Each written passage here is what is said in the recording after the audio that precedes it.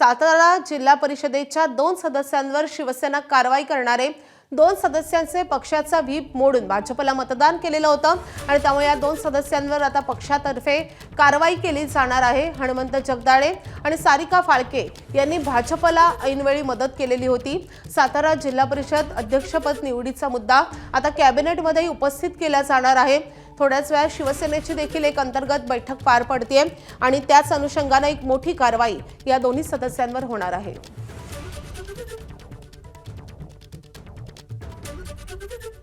तर सातारा जिल्हा परिषद अध्यक्षपदाच्या निवडणुकीत भाजपची सत्ता स्थापन झाली आणि शिवसेना आणि राष्ट्रवादीचा पराभव झालेला होता। या सगळ्या पार्श्वभूमीवर मोठी नाराजी शिवसेनेत पाहायला मिळते आणि याचमुळे 2 सदस्य ज्यांनी भाजपला मतदान केलेलं होतं, पक्षाचा व्हीप पाळलेला नव्हता, त्या दोघांवरही आता पक्षामार्फत कारवाई केली जाणार आहे। याच अनुषंगाने शिवसेनेची बैठक आता सुरू होतीये। एकनाथ शिंदे यांच्या नेतृत्वाखाली ही बैठक पार पडते। कॅबिनेट बैठकीमध्ये देखील हा मुद्दा मांडणार असल्याचं शंभूराज देसाई यांनी म्हटलेलं आहे। त्यामुळे आजची कॅबिनेटची बैठक असो किंवा शिवसेनेची बैठक असो, दोन्ही गाजणार आहे। याच अनुषंगाने मोठी कारवाई शिवसेना करणार आहे। त्यामुळे माझी हात जोडून आपल्याला विनंती आहे, अशा पद्धतीनं मंत्र्यांवर आरेरावी करणाऱ्या, मंत्र्यांना जखमी करणाऱ्या त्या पोलीस दलाचा प्रमुख तुषार दोशी, एलसीबीचा इन्स्पेक्टर देवकर, एलसीबीचा असिस्टंट इन्स्पेक्टर गरजे आणि त्यांच्याबरोबरचे 100 पोलीस यांच्यावर तात्काळ कारवाई करून त्याला निलंबित करा, एवढीच हात जोडून सभापती महोदय आपल्याला विनंती आहे। अतिशय गंभीर प्रकार आहे, परंतु नाही, एक मिनिट, मला माझा निर्णय यासाठी सांगायचा आहे आधी की ही जी घटना घडली त्याची माहिती वृत्तपत्रातून आली, तेवढ्यावरतीच मी थांबले नाहीये। तर आपलंही म्हणणं मी ऐकून घेतलेलं आहे। हेमंत पाटलांनी सांगितलं, तुम्ही स्वतः प्रत्यक्षदर्शीच नव्हे तर तुम्ही स्वतः साक्षीदार आहात आणि माननीय उदय सामंत मंत्री महोदय दुसरे हजर आहेत, गणेश नाईक इथे उपस्थित आहेत।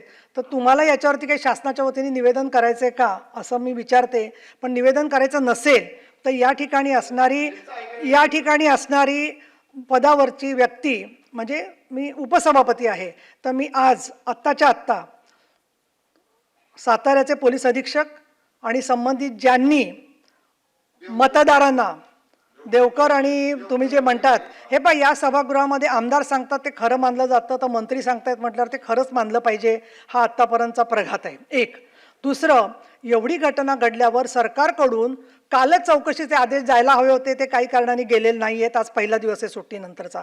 तर ताबडतोब साताऱ्याचे पोलीस अधीक्षक आणि संबंधित ज्यांनी लोकांना ढकलाढकली केली, जखमी केलेलं आहे आणि महत्त्वाचं म्हणजे मतदानाच्या प्रक्रियेपासून वंचित ठेवलेलं आहे, त्यांचं सरकारने निलंबन करावं असे मी निर्देश देत आहे। आता याच्यानंतर बोला पुढे काय असेल तर चालेल।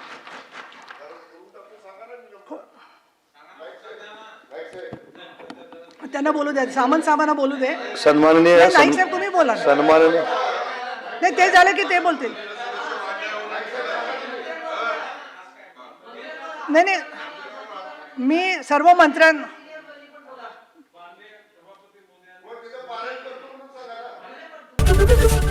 एबीपी माझा, उघडा डोळे बघा नीट।